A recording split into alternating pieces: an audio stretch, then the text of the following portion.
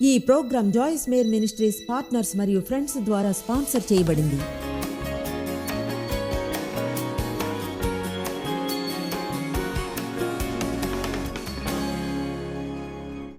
మీరు నమ్మిందే మీకు వాస్తవం అవుతుంది. రోమా 14:14 చెప్తుంది, ఏదైనా నిషిద్ధమని ఎంచుకున్న వానికి అది నిషిద్ధం కాకపోయినా అది నిషిద్ధం అవుతుంది అని. మీ మనసు అంతా శక్తివంతమైంది, అలానే అదంతా తప్పైన నేరభావం. నేరం స్థాపించడంలో మోపడంలో తేడా ఉంది. పరిశుద్ధాత్మ మనల్ని నేరస్తులుగా చేస్తే ఆరోగ్యకరమైన నేరాన్ని ఫీల్ అవుతాము. అయితే శత్రువు ఎక్కువగా మనం గిల్టీ ఫీల్ కాకూడని విషయాలకు గిల్టీ ఫీల్ అయ్యేలా చేస్తాడు. ఉదాహరణకు, మీరు కానీ పాపం చేసి నిజంగా పశ్చాత్తాపడితే ఆ తర్వాత గిల్టీగా ఫీల్ అవ్వాల్సిన అవసరం లేదు. ఆ తర్వాత కూడా గిల్టీగా ఫీల్ అవుతుంటే ఆ రకమైన నేరభావాన్ని ఎలా ఫీల్ అవుతారో వాళ్ళు అలానే ఫీల్ అవుతారు. కనుక తేడాన్ని చెప్పగల ఒకే ఒక మార్గం దేవుని వాక్యం కానీ తెలిస్తేనే. మీరే తేడాను ఫీల్ కారు. పశ్చాత్తాపానికి ముందు గిల్టీగా ఫీల్ అవుతాను, పడ్డ తర్వాత కూడా గిల్టీగా ఫీల్ అవ్వచ్చును. ఈ భావం అలాగే ఫీల్ అవుతుంది, ఆ భావం ఫీల్ అయినట్లే. కనుక నేను గిల్టీగా ఉన్నానా లేదా అని ఎలా చెప్పడం? నా బైబిల్ చెప్తుంది కనుక ఆయన నా లోపాలను, నేరాలను, అవమానాన్ని తీసుకుని నా పాపాన్ని తూర్పుకు పడమర ఎంత దూరమో అంతగా తీసివేసి గుర్తు చేసుకోడు అని. దేవుడు మర్చిపోయిన దాన్ని నేను గుర్తు చేసుకోనని నిర్ణయించుకున్నాను. మీరు అనొచ్చు, నేను ఫీల్ అయ్యే దాని గురించి ఏం చేయను. పట్టించుకోకండి. నేను అలా చేయలేనే. చేయగలరు. అది అక్కడ లేదని మీరు చెప్పలేరు. అయితే అది మీపై అధికారం చేస్తే సామర్థ్యం లేదని చెప్పండి. కొంచెం గట్టిగా మాట్లాడడం కూడా చేయొచ్చు. ఎలా ఫీల్ అవుతున్నారో తెలుసు. ఓకే, ఇంకా గిల్టీగానే ఉంది. లేను. అపవాది వింటున్నావా? గిల్టీగా లేను, క్షమించబడ్డాను, ఎందుకంటే అలా బైబిల్ చెప్తుంది. అవును, బైబిల్ అలా చెప్తుంది. అలానే మీరు మారేది మనసుని నూతన పరుచుకుని. అలాంటి మనసు తప్పు ఫీలింగ్స్ కంటే ఎంతో బలమైంది. మీ జీవితంలో ఎన్నడూ విజయాన్ని పొందలేరు మీరు ఫీల్ అయ్యేదాన్ని మీకు తెలిసిన దాంతో అధికారం చేయడం నేర్చుకున్నంత వరకు. కమాన్, బాగా బోధిస్తున్నాను.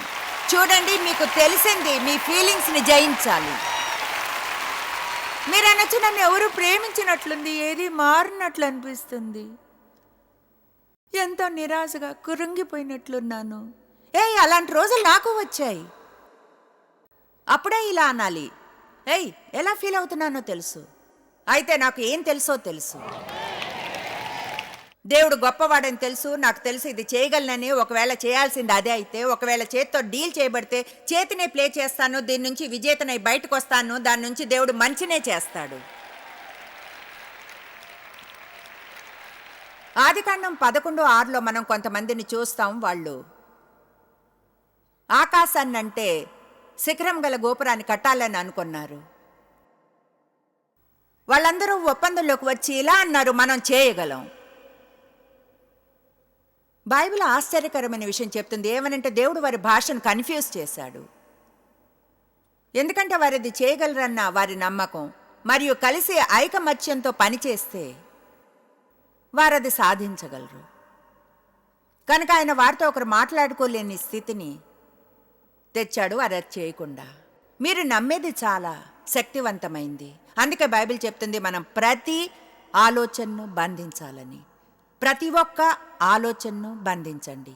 ఈ వచనాన్ని మనం స్క్రీన్ మీద చూద్దాం. 2 కొరింథీ 10:4-5 చూద్దాం. చాలామందికి ఇది తెలుసు. అయితే మీరు ఈ అపూర్వమైన వచనాన్ని చూడకుంటే, మా యుద్ధాపకరణములు శరీర సంబంధమైనవి కావు, కానీ దేవుని ఎదుట దుర్గాలను పడద్రోయిజాలినంత బలము కలవయ్యున్నవి. అయితే మీరు అనొచ్చు, నా ఆయుధాలు ఏమిటి? ఇదిగో ఇది మీ ఆయుధాల్లో ముఖ్యమైనది. దేవుని వాక్యం ఆత్మ ఖడ్గం. వాక్యాన్ని చెప్పినప్పుడు అది అపవాది గుండెల్లో కత్తెను గుచ్చినట్లే. మేము వితర్కములను దేవుని గుచ్చిన జ్ఞానమును అడ్డగించు ప్రతి ఆటంకమును అపవాది మీతో వాదించి ఆటంకపరుస్తాడు. పడద్రోసి ప్రతి ఆలోచనను క్రీస్తుకు లోబడినట్లు చెరపట్టి. మనం ఏం చేస్తాం చెప్పండి? ప్రతి ఆలోచనను, ఎన్నిటిని? అన్నిటినీ మీరు సంపూర్ణ విధేయతను కనపరిచినప్పుడు సమస్తమైన అవిధేయతకు ప్రతిదండన చేయ సిద్ధపడి ఉన్నాము. కొన్నిసార్లు మీ ఆలోచనలతో పోరాడుతున్నట్లు ఫీల్ అవుతారు.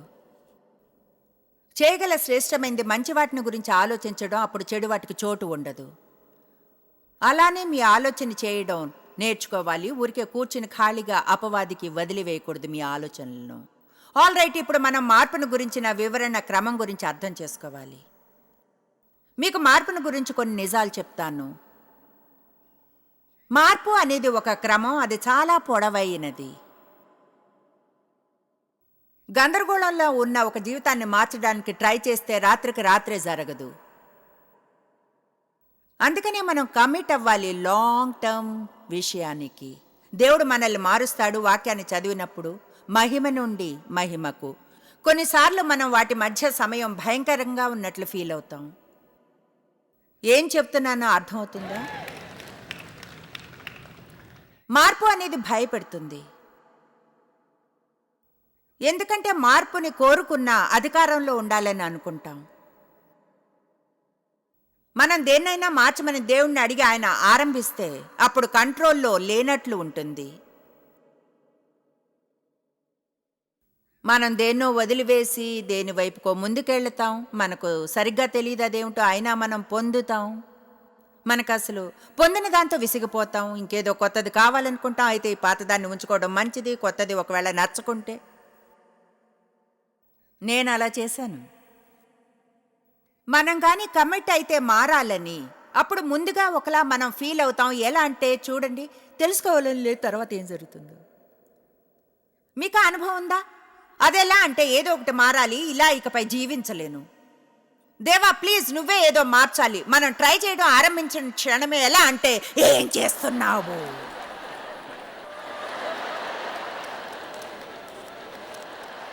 నేనేదో చదువుతున్నానో ఆసక్తికరంగా ఉందనిపించింది. మనందరికీ సొంత వర్షన్ ఉంటుందట లార్డ్ ఆఫ్ రింగ్ గురించి. అంటే మనం చిన్నగా ఉన్నప్పుడు మనం జీవితం చుట్టూ ఓ గీత గీసుకుని దానిలోకి వెళ్ళి ఇలా అంటాం, ఇది నా రింగ్, నేను దీనికి దేవుడిని. దాంతో గందరగోళం చేయకండి. అయితే చెప్పండి, దేవుడు మీ రింగ్లోకి వస్తాడు. మార్పు అనేది వచ్చేది జీవితంలో భయాన్ని ఎదుర్కోవడం వల్లనే. ఎప్పుడు భయం ఫీల్ కానందున కాదు, భయాన్ని ఎదుర్కొన్నందునే. భయపడకు అంటే ఎన్నడూ భయపడమని కాదు, దాని అర్థం దాన్ని అధికారం చేయనివ్వద్దని. విషయాలు మారడం ఆరంభించగానే అందరికీ భయం వేస్తుంది. నిజం ఏమిటంటే ప్రతి స్త్రీ, ప్రతి పురుషుడు భయపడతాడు. నిజాయితీగా ఉంటే, లేదంటే ఫూలే. ఎలా అంటే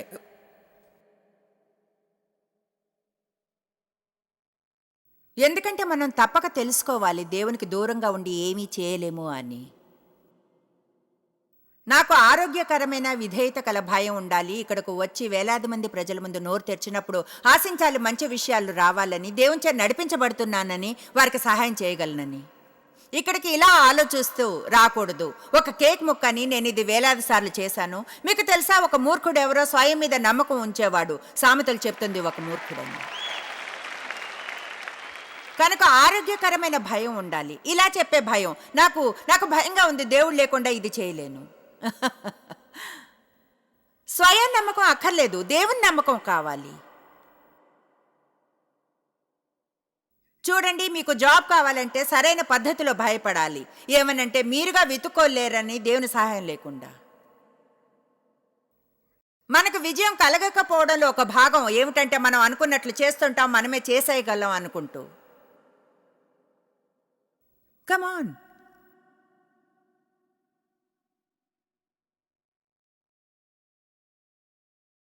దావీదు చెప్పాడు, ఇది నాకు ఇష్టం, భయపడినప్పుడు దేవునిలో నమ్మకం ఉంచుతాను. దావీదు భయపడ్డాడు. అందరికీ అలాంటి సమయాలుంటాయి. డాక్టర్ నుంచి చెడ్డ రిపోర్ట్ వస్తే ముందుగా భయాన్ని ఫీల్ అవుతాం. తర్వాత చెప్పవలసింది భయపడ్డప్పుడు దేవునిలో నమ్మకం ఉంచుతాను అని. దానికే నమ్మకం ఉండాలి. మనం నిండా మునిగిపోయాం, చేయలేము అనిపించినప్పుడు. భయంగా ఉంది దేవా, అయితే ఆ భయాన్ని నాపై అధికారం చేయనివ్వను. ఎదుర్కొంటాను. భయం లేకపోవడం ధైర్యం కాదు, అది భయాన్ని ఎదుర్కోవడమే. అది దాని ముఖాన్ని చూసి అంటుంది, ఎలా ఫీల్ అయినా నాకు అనవసరం, దేవుడు చేయమన్నది నేను చేస్తాను. మార్పు భయపెడుతుంది. అన్నిటికంటే పెద్ద కారణాలు ఒకటి బోరింగ్గా జీవించడం, జీవం లేకుండా. ఎందుకంటే మార్పులు చేసుకునే ధైర్యం లేనందున.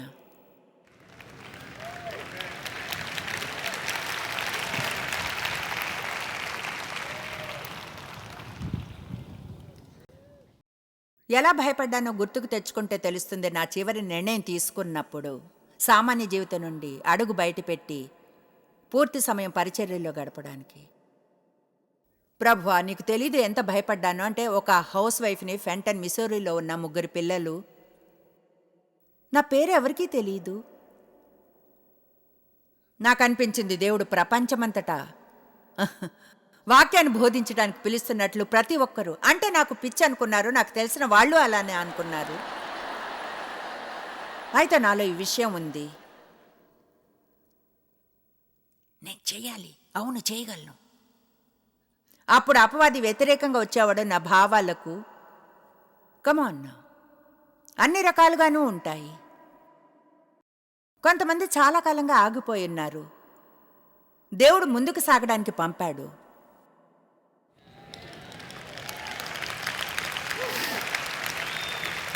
కొన్నిసార్లు భయం వల్ల మనం తప్పు నిర్ణయాలను తీసుకుంటాం.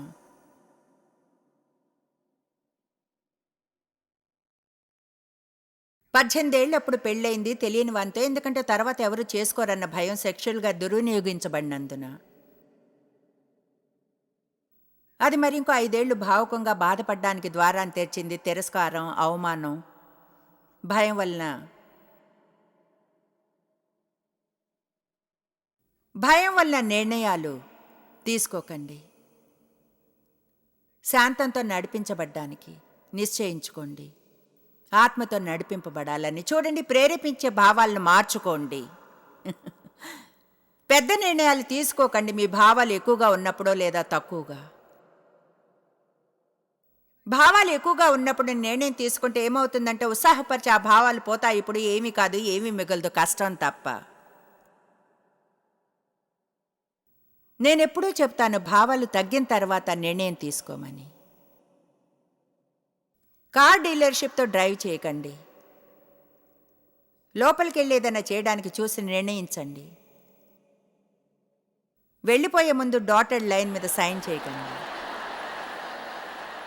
చాలామంది దగ్గర చాలా వస్తువులు ఉన్నాయి, వాటిని ఉంచుకొని పశ్చాత్తాపడేవి.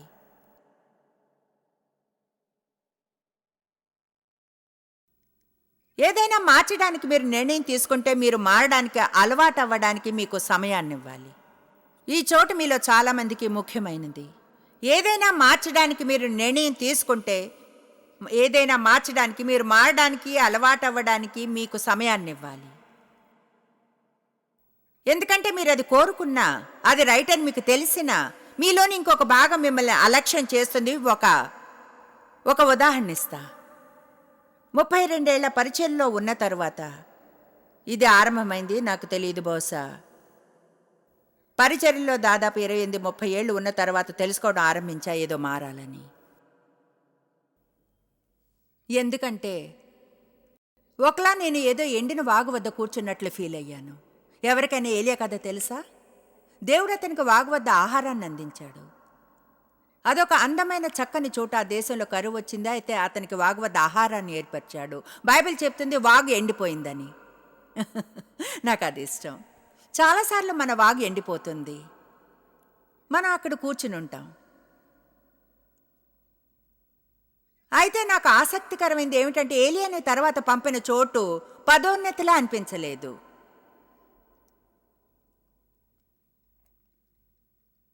అంటే అతని వాగు పక్కన కూర్చున్నాడు, ఆలౌకిక విధానంలో కాకౌలముల చేత భోజనం ఏర్పరిచాడు. అంటే ప్రతి ఉదయం టిఫిన్లో దేవుడు ఎలా ఎగిరాగలడు? దేశం అంతా కరువులో ఉంది, అతను ఇక్కడ ఉన్నాడు. దేవుడు ఆలౌకిక విధానంలో అన్నీ ఏర్పరిచాడు. వాగు ఎండిపోయింది, అతన్ని వేరే చోటికి పంపాడు. విరిగి నిరాశలో ఉన్న, ఆత్మహత్య చేసుకోవాలనుకునే విధవరాలి వద్దకు. ఏలియా ప్రవక్తల్లో, జీవించి ఉన్న గొప్ప ప్రవక్తల్లో ఒకరు. అది ప్రమోషన్లా అనిపించలేదు. చూడండి, సెయింట్ లూయిస్ చర్చ్లో నాకు ఒక జాబ్ ఉండేది. అది నా పరిచర్యలో సెకండ్ స్టేజ్. బైబిల్ అధ్యయనాలు 5 ఏళ్ళు నేర్పించాను. అక్కడ నా పని అయిపోయిందని దేవుడు చెప్పాడు. ఇప్పుడు నా పరిచయం తీసుకుని ఉత్తరం, దక్షిణం, తూర్పు, పడమర వెళ్ళాలి. ఎంతో పెద్దగా అనిపించింది. అసలు సమస్య ఎవరికీ నేను తెలియదు. అలా వెళ్ళి చర్చి తలుపు తట్టి అనలేరుగా దేవుడు నన్ను పిలిచాడు. బోధించగలనా?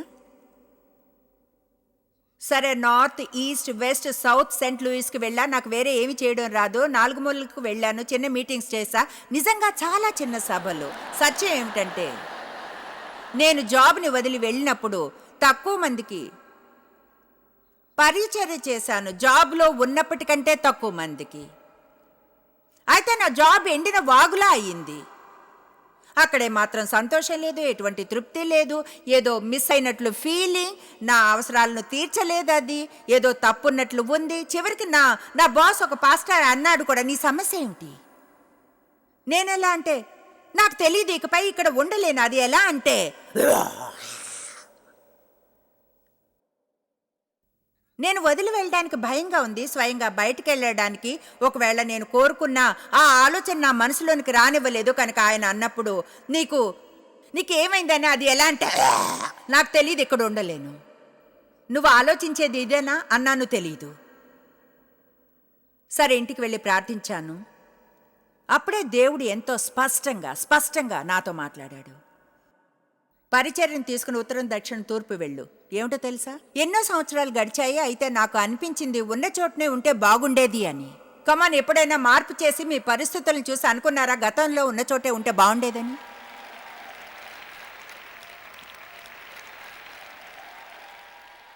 నాకు అనిపించింది మీకు అది చెప్పడం ముఖ్యమని. ఎందుకంటే చాలాసార్లు మార్పు చేసినప్పుడు అది సరిగ్గా మీరు అనుకున్నట్లు ఏమాత్రం కాదు. అయితే దేవుని వద్ద ఓ ప్లాన్ ఉంది. మీరు వెళ్ళే విషయంలోనూ కొంత భాగం బాగు చేయడం, పరీక్షించడం. ఇక్కడ మీకు ఈ విషయం చెప్తాను, దీన్ని అర్థం చేసుకోండి.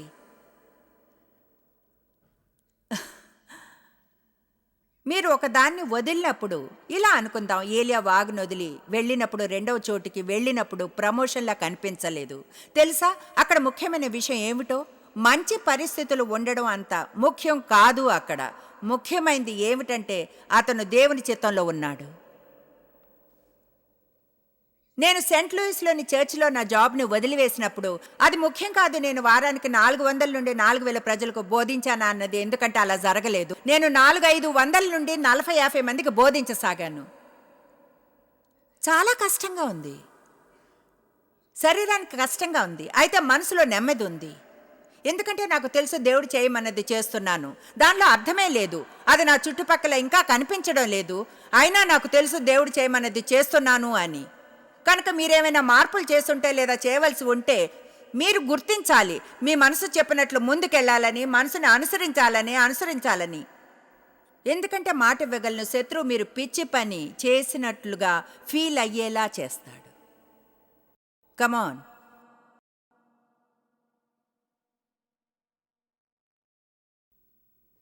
కనుక దాదాపు 28-32 ఏళ్ళు ఈ పరిచర్యలో ఇక్కడున్నాను.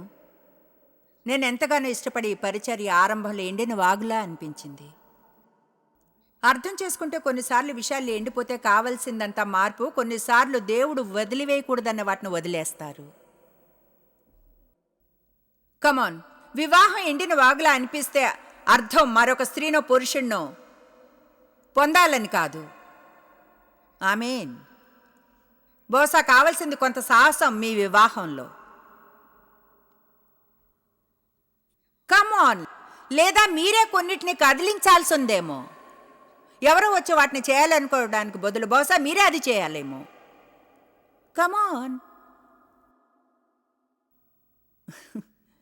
బాక్స్కి బయట ఏదైనా చిన్న చేయడానికి ట్రై చేయండి. మీ జీవితంలో ఏదైనా సాహస కార్యం, ఏది ఎండినట్లు కనిపించినా, మృతంగా కనిపించినా సరే. నేనెలా ఫీల్ అయ్యానంటే, చూడండి, నిజాయితీగా ఉంటాను. ఇది చేసి అలసిపోయా. నేను కాదు బోధించడం వదలాలనుకున్నది. దేవుడంటే ప్రేమ, జీవితంలోని పిలుపుని పూర్తి చేయాలనుకున్నా. అయితే ఎలా అంటే, మీటింగ్ తర్వాత మీటింగ్ ఏమిటో మళ్ళీ ఏమిటో తెలుసా, దేవుడు నిజంగా కోరుకుంది నేను కొన్నిటిని కత్తిరించి పారేయాలని. నేను చేసే అవసరం లేని వాటిని, మా ఇద్దరు పెద్దబ్బాయిలను అధికారపు హోదాలో కొన్ని పనులు చేయాల్సి వచ్చింది. మేము ప్రతి నిర్ణయం తీసుకోవాల్సిన అవసరం లేదు. ప్రతి ఒక్క బిగ్ షాట్ని మేము పిలవాల్సిన అవసరం లేదు. జరిగే ప్రతిదీ తెలుసుకోవాల్సిన అవసరం లేదు. మాకు ఇంకొంచెం రెస్ట్ కావాలి. మేము చేస్తున్న దానికి ఇంకొంచెం సమయం తీసుకోవాలి. ఆశ్చర్యకరం ఎలా నాకు అది ఎండిన వాగులో కనిపించిందో. నేను కొన్ని మార్పులు చేయగానే నీళ్లు మళ్ళీ పారడం ఆరంభించాయి. అయితే మీకు ఒక విషయం చెప్తా, నాకు ఆ మార్పు కావాలి. నాకు ఆ మార్పు. దేవుడే నాకు ఆ మార్పుని చేసింది. అయితే అప్పుడు బహుశా 1-2 ఏళ్ళు, ఆ తర్వాత 1.5 ఏళ్ళు నేను తెలుసుకుందంత ఆఫీసులో నిర్ణయించబడ్డం ఎక్కడైతే చేయలేదో నాకు అది నచ్చలేదు.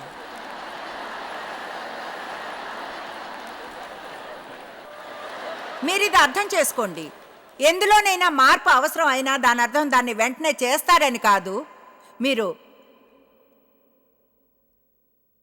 దానికి అలవాటు పడడానికి సమయం ఇవ్వాలి. మీకు తెలిసేమో మరొక స్టేట్కి వెళ్ళాలి అని, దాని అర్థం ఒంటరిగా ఉంటారని కాదు. మార్పు జీవితంలోని భాగం. మీకు మార్పు కావాలంటే ముందుగా చేయవలసింది మనసును మార్చుకోవడం. మీరు ఎండిన వాగు వద్ద ఉన్నట్లు ఫీల్ అయితే అక్కడి నుంచి వెళ్ళిపోకండి. దేవుణ్ణి ముందు అడగండి ఏం మార్చాలో. ఆశ్చర్యపడకండి ఒకవేళ ఆయన గాని మీరు అని చెప్పి. మీ జాబ్ ఎండిన వాగులా అనిపిస్తే బహుశా ఆఫీస్ పట్ల మీకు కొత్త వైఖరి కలగాలి. బహుశా మళ్ళీ కృతజ్ఞత కలిగి ఉండాలి జాబ్ ఉన్నందుకు. కొత్త డిపార్ట్మెంట్కి ట్రాన్స్ఫర్ కావాలేమో, మరింత బాధ్యత కొరకు అడగాలేమో. మార్పు కావాలని కోరిక అర్థం దేని నుంచైనా దూరంగా వెళ్ళడం కాదు. అయితే ఏమో వెళ్ళాలేమో. చూడండి, మీరున్న చర్చిలో మీరు ఎదగడం లేదేమో, అంటే క్రితంసారి మీరు ఎదిగింది 20 ఏళ్ల క్రితమేమో. నిజం ఏమిటంటే ప్రతివారం నా బోధనని వినుకుంటే మీకు ఏమీ తెలియదు. మీకు నిజం చెప్తున్నాను. అయితే ముందుకు సాగండి. అమ్మకు కోపం తెప్పించకూడదనుకుని, అమ్మమ్మకు తెప్పించకూడదనుకుని. కమాన్, మీటింగ్ దాదాపు అయిపోయింది. నేనైతే ముందుకెళ్తాను. నిజం ఏమిటంటే మీరు ఎండిన వాగు వద్ద కూర్చున్నారు, పోషించబడ్డం లేదు. మీకు లేచి నిల్చుని ఇలా అనగలిగే ధైర్యం కావాలి. నేను ఇక్కడ కూర్చుని వైన్ మీద చావాలనుకోను. నేను ఎక్కడికైనా వెళ్ళాలి దేవుని వాక్య పోషణ కొరకు. నేను మారుతూ ఉండాలి ఎదగడం కొరకు.